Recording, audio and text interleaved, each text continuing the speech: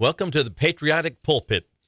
Last week we talked about public education, and I want to continue the same track, and that is public education. I'll call this show Leave Them Kids Alone, Why Public Education is in Trouble. And I begin with an article that is in Fox News regarding the report card of schools in the Chicago, Illinois area. But as you will see, continuing in this show, this is not isolated to Chicago or the state of Illinois. An alarming report has revealed that dozens of Chicago schools claim that no students are proficient in either math or reading, despite the state and federal government funneling billions of dollars into education into the Windy City. No students proficient in either math or reading. Illinois State Senator Willie Preston, he's a Democrat, so he's going to have a skewed vision on what needs to be done.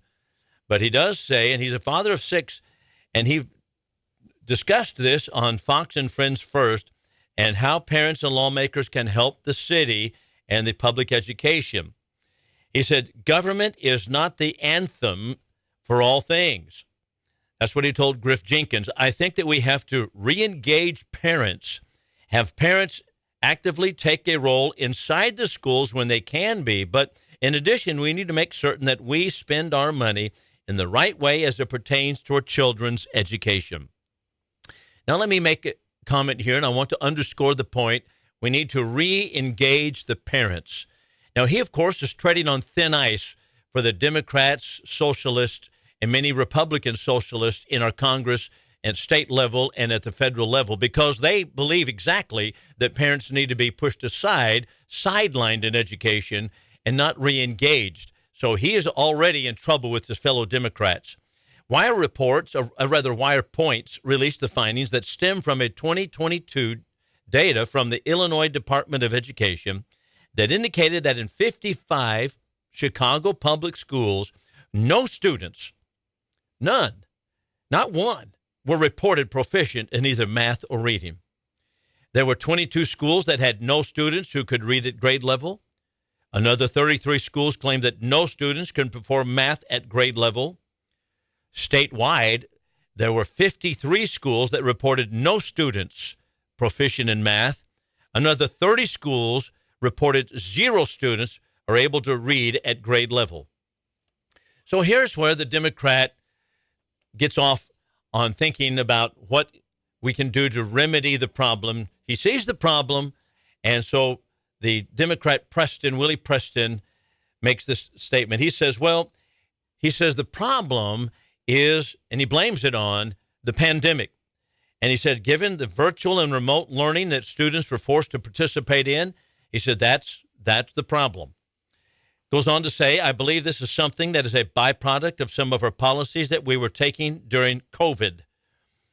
This is a very serious issue, and one that is one that as a father and as a lawmaker I'm going to be addressing feverishly. Now, right here, let me just stop and say this has nothing to do with the pandemic, or very little to do with the pandemic and virtual learning. And all you have to do is go back, very simple, to look at the data, and you go back to pre-pandemic educational levels, and you'll find exactly the same story. You can't blame it on the pandemic. I'm not saying that the pandemic had no effect upon it, had no dent in public education, but I'm saying we cannot blame, and we certainly wouldn't put the primary blame of failing schools and failing students on the pandemic. That certainly is irresponsible. As a matter of fact, that's exactly what some of the people who answered him pointed out. And incidentally, here's something else that we might think about. This is, and you hear the word systemic all the time, this is systemic. It's systemic in public education. Why is this the case? You'll find that to be the case, the same type of readouts, whether you're talking in Philadelphia, Washington, D.C., Baltimore, Seattle, Portland, San Francisco, Los Angeles. You'll find exactly the same type of thing, even though the curriculum has been dumbed down throughout American public education. You still find absolute failure in the schools.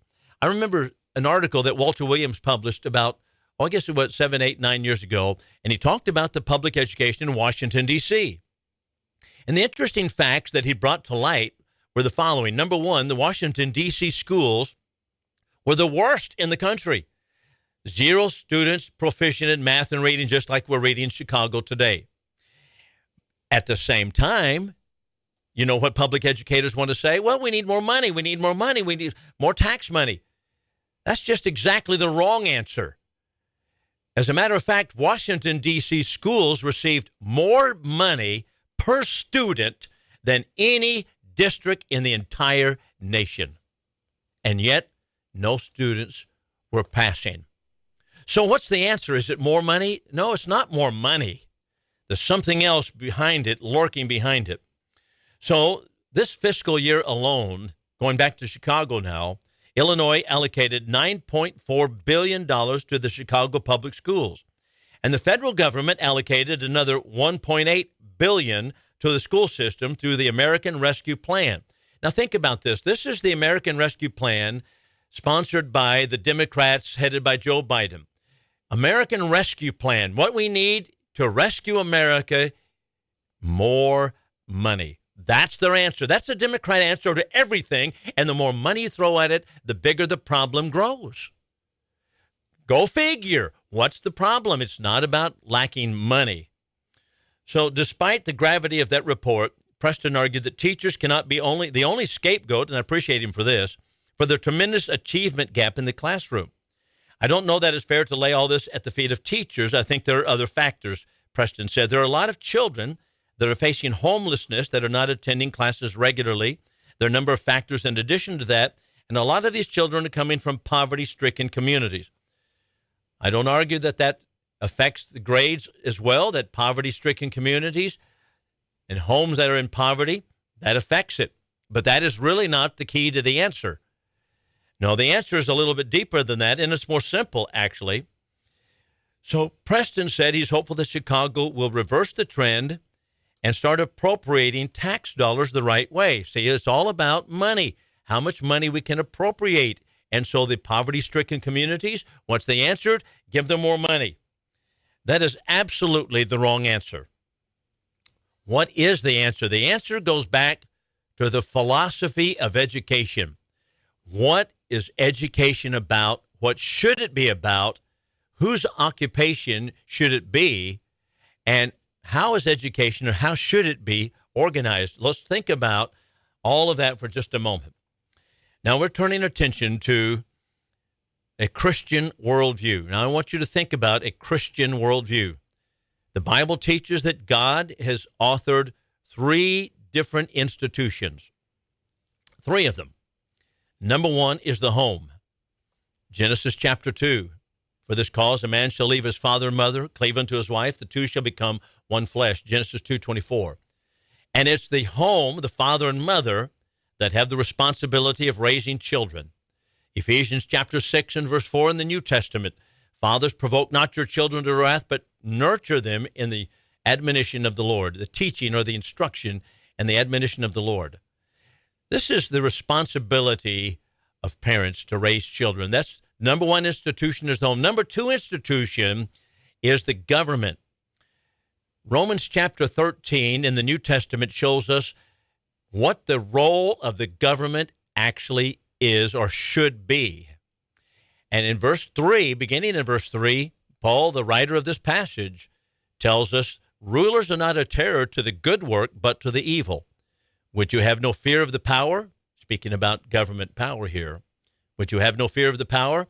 Do that which is good, and you shall have praise from the same. But if you do that which is evil, be afraid. For he bears not the sword in vain.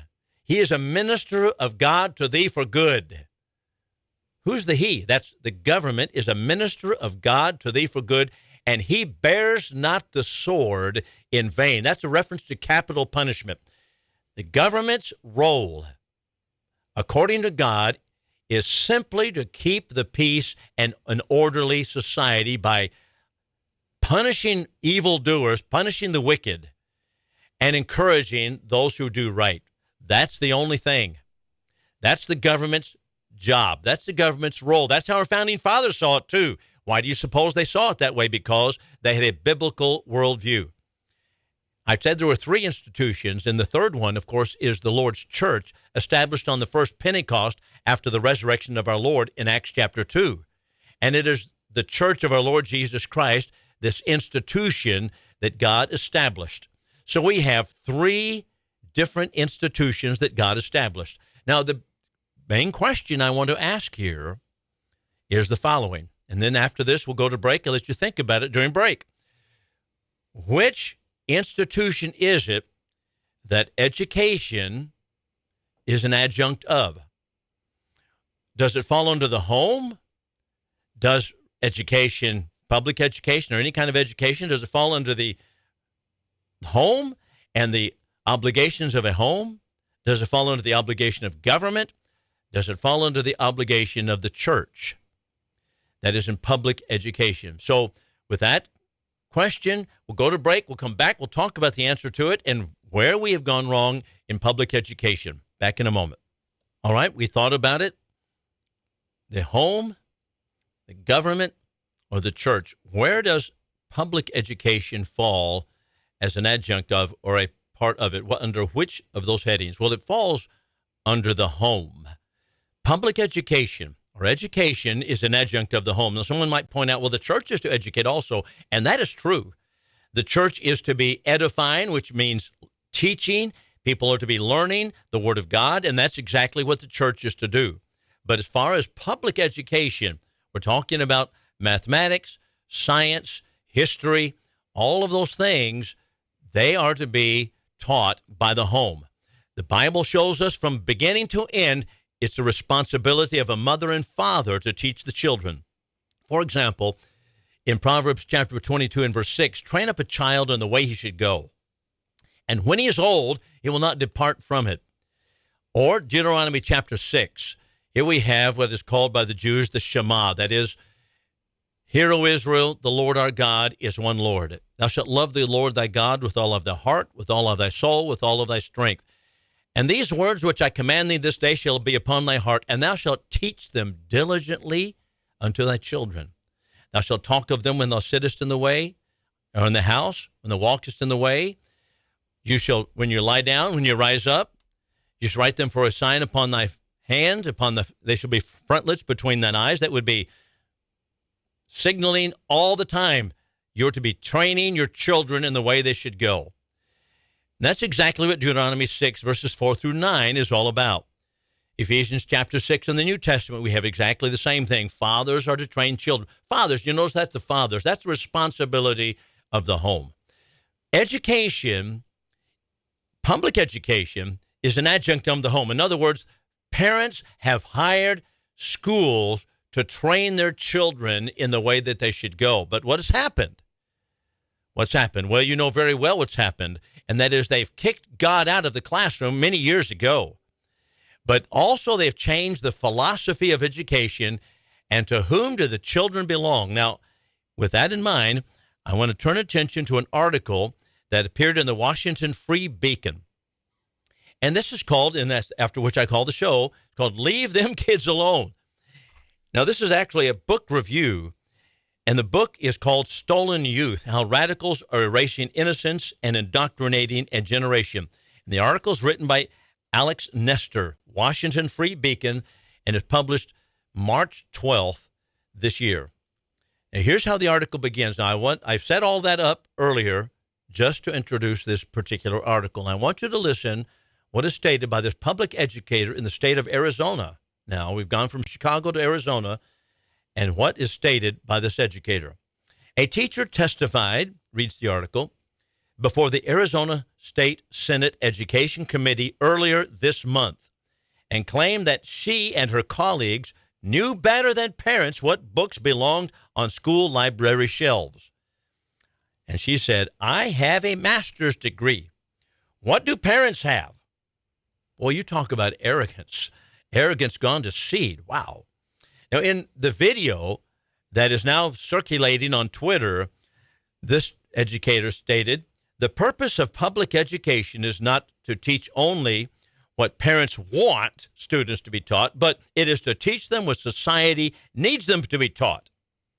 All right, let's just stop here for a moment.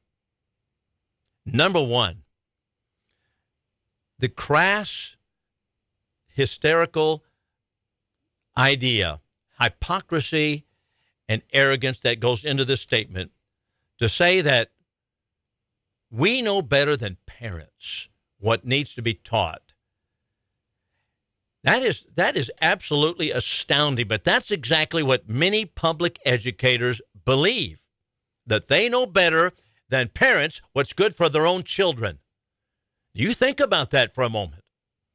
Now, I realize that there are many dysfunctional families and many single moms and many parents who don't have any help in the home, and they have not know which way to turn. And there are many dysfunctional homes. But be that as it may, whose responsibility is it to train and teach children? It's the home. And yet, here's the public educator. I have a master's degree, and I know better than the parents what to teach their children. Here's something else to think about. Who is the spokesman for what society needs? Do we have to have a master's degree to make a determination? You know, to talk to the doctors those with PhDs at the university level and those with master's degree at the university level, that's exactly what you would think, and that is they know better than you do what you need to have your children taught. They know all about it. Let us step in, and that's exactly their disposition. We know better than you do, and so they kick the parents out of school board meetings. You see it everywhere, but the basic problem here is what? It's a philosophical difference. It's a basic communistic Marxist idea that the state and state actors know better than you do what to do with your children. Now, that's exactly where we are in education.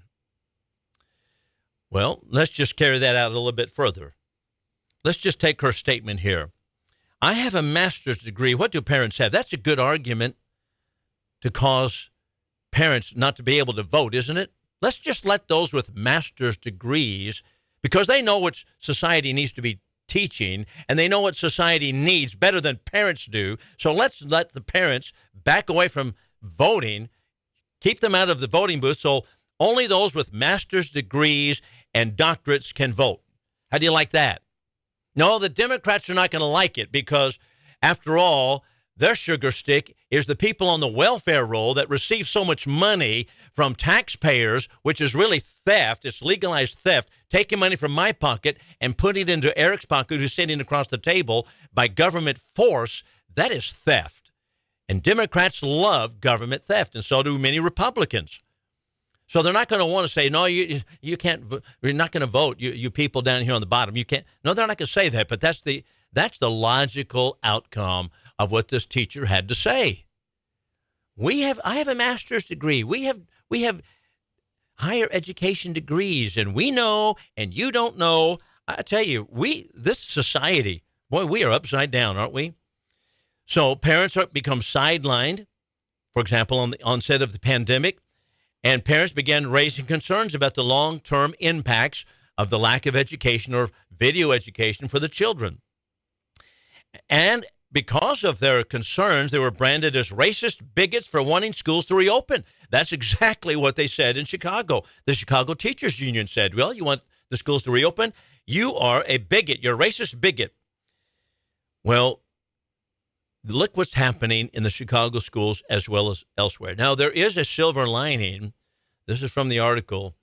A silver lining the Washington Free Beacon tells us about virtual learning, and that is that parents, and perhaps unfortunately for the first time, were able to look inside and access the kids' classrooms, and they saw exactly what ideology the children were being taught: divisive race ideology, anti-racist math lessons. They had discussions on whiteness, white privilege, race-based privilege and oppression, history teachers telling students that America is founded on racism. Parents sounded the alarm bells, and they were again mocked for so doing. And the DOJ sent the FBI into school board meetings to remove the parents that were concerned with crass sex education that were being taught to the kids. Why is that being done, by the way? Why is that being done in the state of Texas? Why is sex education, for example, in the Austin public schools and other city schools, why is that the case in the state of Texas? Because the teachers and the teachers' unions and the public education sector have the idea that this teacher in Arizona has, and that is, we know better than you do what to teach your children for society's good. Get out of the way, parents. That's their idea. Well, that's what's happening in public education today. Now, the article continues on. We know it says, for example, to a much greater extent than in March 2020, that divisive ideas about race and gender are pervasive across our institutions, K through 12, higher education, even in medicine. Can you imagine? In medicine, doctors, the media, every avenue. And in the face of the endless pushback, 3 years later, moms and dads are still fighting because they know what is at stake, and that is the children. Well, that's what's taking place. Now, we'll continue just a moment after we go to break. Before we go to break, I want to remind you that this show, Patriotic Pulpit, is on a couple of apps. One of them is Spotify. The other one is Amazon Music. You can find this show, Patriotic Pulpit, in both of those places. The website is American Liberty with Bill Lockwood. You can donate to the program if you will and if you care to, because this is a work that I don't make any money. I make $0.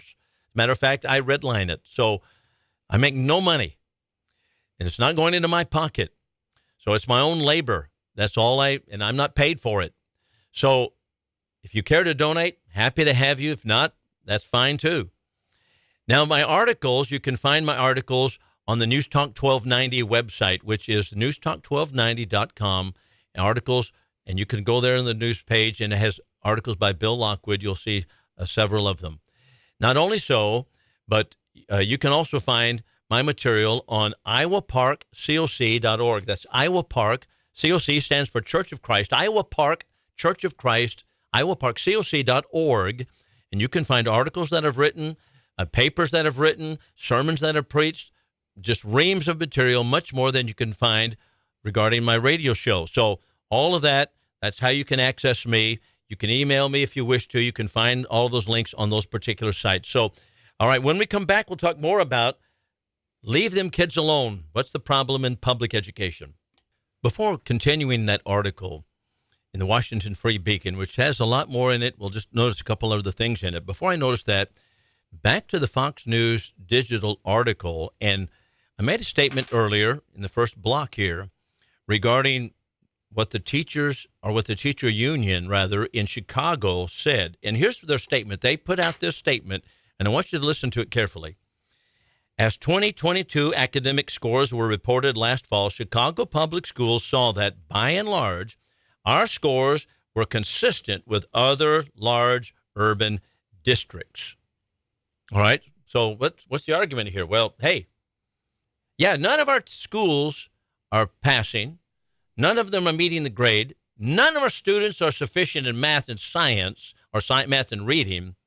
But, hey, look around. Everybody else is the same way. Now, how does that make you feel? You know, oh, yeah, I've done this. Your kid would say, well, yeah, I did that. I robbed the store. But look, I was with a bunch of other kids that did the same thing. That doesn't mitigate the fact that they did what was wrong. And this doesn't mitigate it by saying that other major school districts and urban areas are following suit with Chicago. That's the same thing in everywhere we see. And we know that is true. And here's something else. They say, well, this is not a reflection of the extraordinary talent and of the potential of our students and staff. And we're reminded that these are a direct reflection of the pandemic challenges. You know, I get so tired of hearing people talk about the potential of students. We all know that students have potential. But the potential is not going to be tapped as long as you have schools and classrooms that are out of control with no discipline, and much of the student body are smoking marijuana and out of control, whether sexually, morally, in other areas, with drugs or misbehavior, destruction of property in schools. Yeah, they have potential, but you're not going to tap that potential as long as mayhem reigns. And the idea that this comes about because of the pandemic. No, these school scores have been plummeting for years, not in Chicago only, but nationwide. It's a huge, huge problem. So now let's go reach back in history for a few moments. This is a co-founder of communism, Friedrich Engels, and he writes a book in 1884, and it's called The Origin of the Family, Private Property, and the State. And he makes three basic points in it, and we're going to tie this together in just a moment. I want you to listen to what he has to say. He says, number one, we want unrestrained sexual intercourse with young people and all peoples. Unrestrained. No restraints whatsoever. Number two, now this is going to have to follow. All people are to be freed from the care of their own children so they can fill socially productive roles. All right, so we don't want you to take care of those kids. We don't want you training those kids. Turn them over to state schools. In other words, you're just the breeding partners, and you breed these children, these offspring, then you turn them over to the state for care. And he actually suggested that we're going to have herders, just like sheep herders. We're going to have a bunch of herders, people taking care of these kids and indoctrinating them with state education. Now, that sounds a little bit familiar to what we've heard from the Arizona master's degree teacher, the woman who said, hey, we know how to teach these children for socially productive roles. You parents don't know. You don't have a master's degree. You sit down and shut your mouth. Now, that's the attitude that they have. Where does it come from? Right here. People like Friedrich Engels, communist philosopher, along with Karl Marx. So those were two of his ideas. Number one, unrestrained sexual intercourse, free children up. That is, he wants all the women to go back to work right now and to be productive in some machine factory.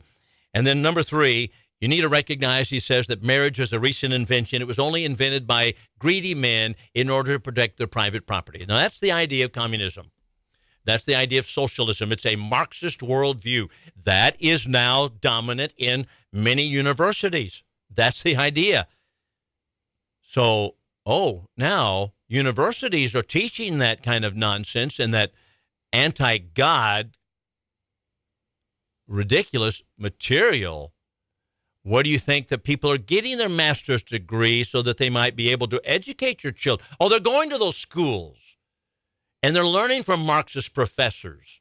No wonder they come out talking like that. That's exactly where it comes from. Well,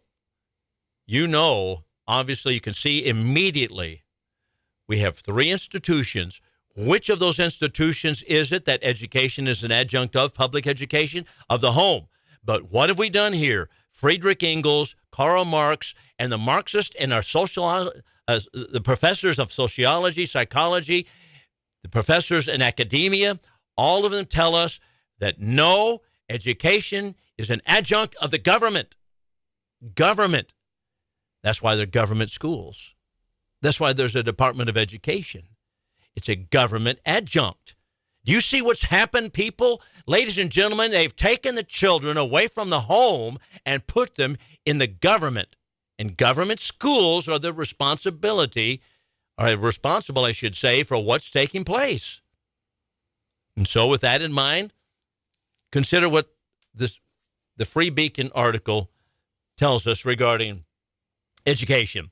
While parents were told to listen to science, racial justice protesters were applauded for gathering en masse because medical experts deemed that systemic racism posed a greater threat to public health than the coronavirus pandemic. Okay? So supposedly science says, well, you can't gather together. You can't get 6 feet within 6 feet of another person, and you have to wear a mask and blah, blah, blah. Okay, can't gather as protesters. But, well, you can, as if you protest what's going on. You can gather as a protester, but if you're a racial justice protester or social justice protester, then that's fine. And if you get down there and burn a police station down, that's fine. But you say these people are such hypocrites. So hypocritically, the authors note the national focus, and this is, remember, a book review. The authors focus The national focus on racial disparities completely excluded the challenges that students, including minority students, faced during all these public pandemic lockdowns. Furthermore, the push for equity, even in schools. What is equity? Equity is equitable outcome. We want everybody to have the same grade. Socialism applied to grades. Social equity or public equity, even in schools, overlooked these students. The equitable practices implemented in schools often hurt the very students they were claiming they were serving. So, for example, Markowitz, who's one of the authors of the book that's being reviewed in this article, notes a case in the Seattle public schools where a shift toward ethnic studies-focused math education actually reduced performance rate for black students in the district. Now, what was stated here? Did you hear that? Ethnic studies-focused math education. What does ethnicity have to do with mathematics? What does ethnicity or gender identity have to do with science studies? What does it have to do with reading? Not a thing, not a blasted thing. And yet, they want to insert it in every area of education. And what happened? The education plummeted even further. Aren't you tired of public education becoming the testing grounds for every wild-eyed theory that comes along and every Marxist ideal that they preach? Aren't you tired of them experimenting on your children with all of these things? And here's a new way of education. Let me tell you something. Schools are failing. Students are failing. And I'm telling you that if you're a teacher in the school and you come out and saying, okay, I'm teaching mathematics, and we have 50% of my classes failing because they sit in there, they may come in and they don't care about anything. They may have a bad home life. I don't know. They may have a good home life. They may be high. They come into class. You can't arrest them. The eyes are bloodshot. They don't do anything. And you know what? You might have half the class failing Algebra 2. But you know what the administration is going to tell you? You go back and you change it. You can't have that many failing because that's your fault. You're going to have only 10% or 15% that are failing. That's the highest percentage. So what does that tell you immediately? Just think about it for a moment. What does that tell you immediately? It tells you that we're not really focused upon the actual scores of students and what their performance is. We're about social passing them along, social passage. We're not talking about whether they pass the class or not, or they're academically inclined, or they're academically able to do the mathematics, because that's something that's observable. That's something measurable. And you as a teacher said, I have just come away with 40% of my class failing. Administration is going to tell you, no, that's your fault. Somehow you've got the fault here. So what do the teachers do? Well, they go change the grades. A lot of them, some of them don't. Some of them have enough backbone to stand up and say, I'm not doing such a thing. They have enough integrity to say, I'm not doing that. I've been teaching, I'm doing my best. But you know what?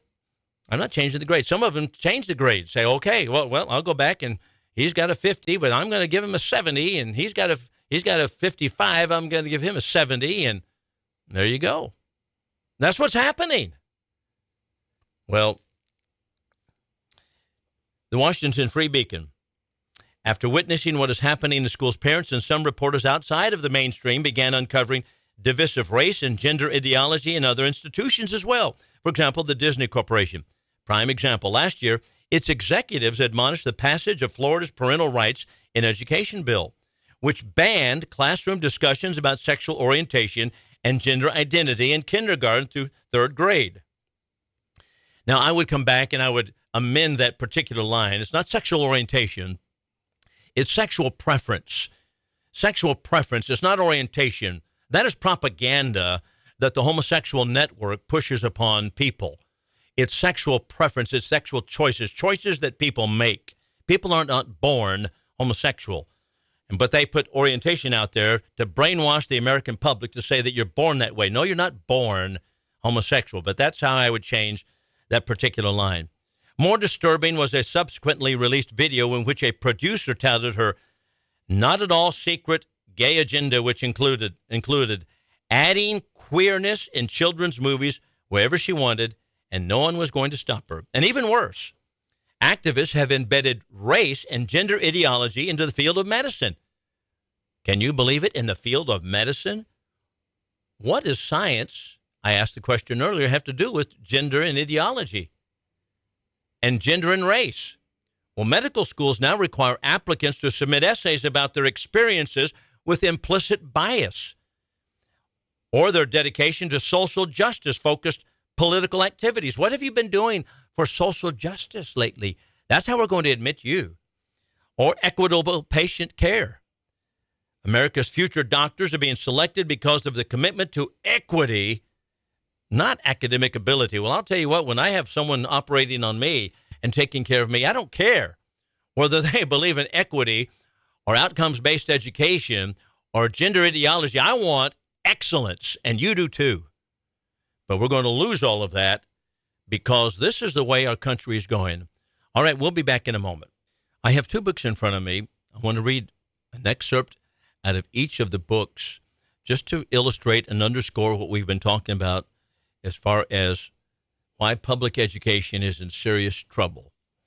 And this first one is published by the Epoch Times. It's called The Specter of Communism is Ruling Our World, and it's volume 2, page 93, about sabotaging education.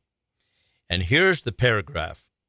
The object of education, so that's what we're looking at. What is the purpose of education to begin with? What is the object of it?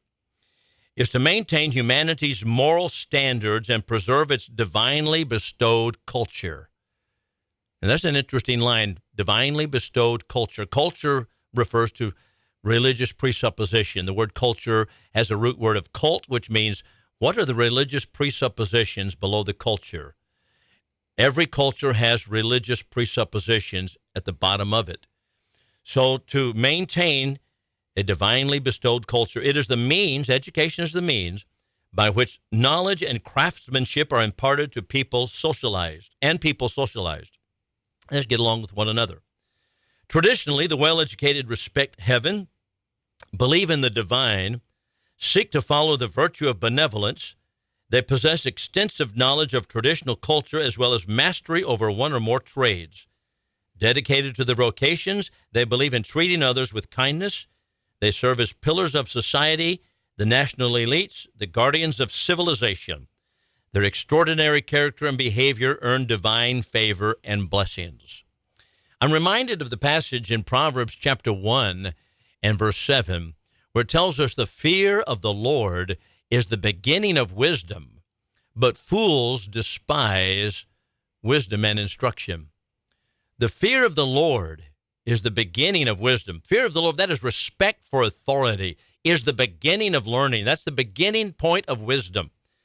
Now, he didn't say, Solomon didn't write the beginning point of knowledge. People can learn a lot of facts. They can learn a lot of things, and they can have brilliant minds. But if they don't have a healthy fear of the Lord, that's respect for authority of God and respect for authority in society. For example, fathers respected in the homes by children, mothers respected in the homes by children, police respected in society by young people, teachers respected in the schools by the students, and God respected in society by the citizens of society. If you don't have that, you don't have wisdom. And wisdom is the application of knowledge in order that we might live a peaceful and tranquil life.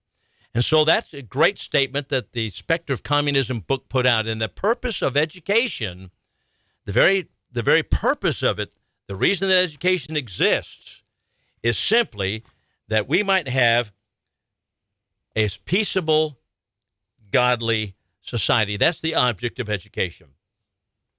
Now, what's happening, however, is the following. This is from a book. This is the second book. This is called Crimes of the Educators, How Utopians Are Using Government Schools to Destroy America's Children. The book is written by Samuel Blumenfeld and Alex Newman. Alex Newman I've had on the radio many times. And he's just a great spokesman. I'll have to have him back, talk about this book some more. This is from page 21. And it's about the dumbing down of education, how it was purposely, education was purposefully dumbed down by John Dewey. And he goes through all of that material. But all of this dumbing down is deliberate and not some sort of huge national accident, as has been proven by the work of courageous and indomitable whistleblower by the name of Charlotte Iserbyt, Iserbyt, Iserbyt, I suppose is how you say her name, who served on the school board of her hometown in Camden, Maine, where her sons were attending school. As a conservative, she discovered that she was being lied to by the liberal superintendent. She then went on to serve as senior policy advisor in the Office of Educational Research and Improvement, U.S. Department of Education, during Ronald Reagan's first term. Concerning her appointment, Iserbyt wrote the following: "My reputation of being an education activist firmly established, Reagan conservatives of D.C. invited me to become a part of the demolition team established to carry out President Reagan's promise to abolish the U.S. Department of Education. Off I went to Washington to serve as senior policy advisor in the most important office dealing with education in the world. I had zero credentials for such a job, which would ordinarily be held by a former president of Stanford, Harvard, Columbia, whatever.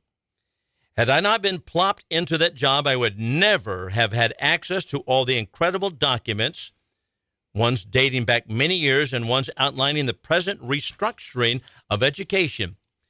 All these documents of all the federally funded grants going around the world to change all nations' classical education systems to Skinnerian outcomes-based global education." All right, what did she tell us? She said, when I got into the Department of Education, I found a trove of documents that shows us that all of this, what we see, the dumbing down of education, is not by accident. It is the purposeful dumbing down of education, erasing classical education from the times of Robert Owen, who was an atheist in the 1800s, and particularly in John Dewey, the early part of the 20th century, erasing classical education and dumbing it down. She finally said, I got myself fired for leaking an important technology grant. That was the end of my career at the U.S. Department of Education. However, before I leaked the technology grant to Human Events, I removed all the other incriminating education documents from my office to my apartment, and many of them became the basis for Deliberate Dumbing Down of America, a chronological paper trail. That's the name of her book. So her mammoth tome, based on research and documents that she retrieved from the Department of Education, proves that the dumbing down process has been engineered by American progressives determined to mold American children into members of the future utopian world socialist government. So writes Blumenfeld as well as Alex Newman. That's exactly what we have taking place in America. So before I sign off for the day, I want to make one word about Christian education. Many people have pulled those children out of public education, put them in homeschooling, and they feel a lot better about it, or they put them in educational facilities or educational in schools that are Christian-based. But you have to be careful, because even some Christian-based education or Christian-based schools or Christian schools have also been taken over by the LGBTQ community. And there's an article here that I have about Urban Christian Academy in Kansas City, Missouri. And I'll just go through the bullet points here. Last year, Urban Christian Academy added a statement to its website citing its belief in the holiness of the LGBTQIA plus community. Do you know, within 6 months, UCA had lost 42% of its funding, and by the end of the year, it had lost 80%. The local churches that supported the school cited the new belief statement as the reason they pulled their funding. And the belief statements involved the homosexual belief system, the LGBTQ community that they wanted to insert into public education, or rather private education, into Christian school. So you have to be careful where you send your kids.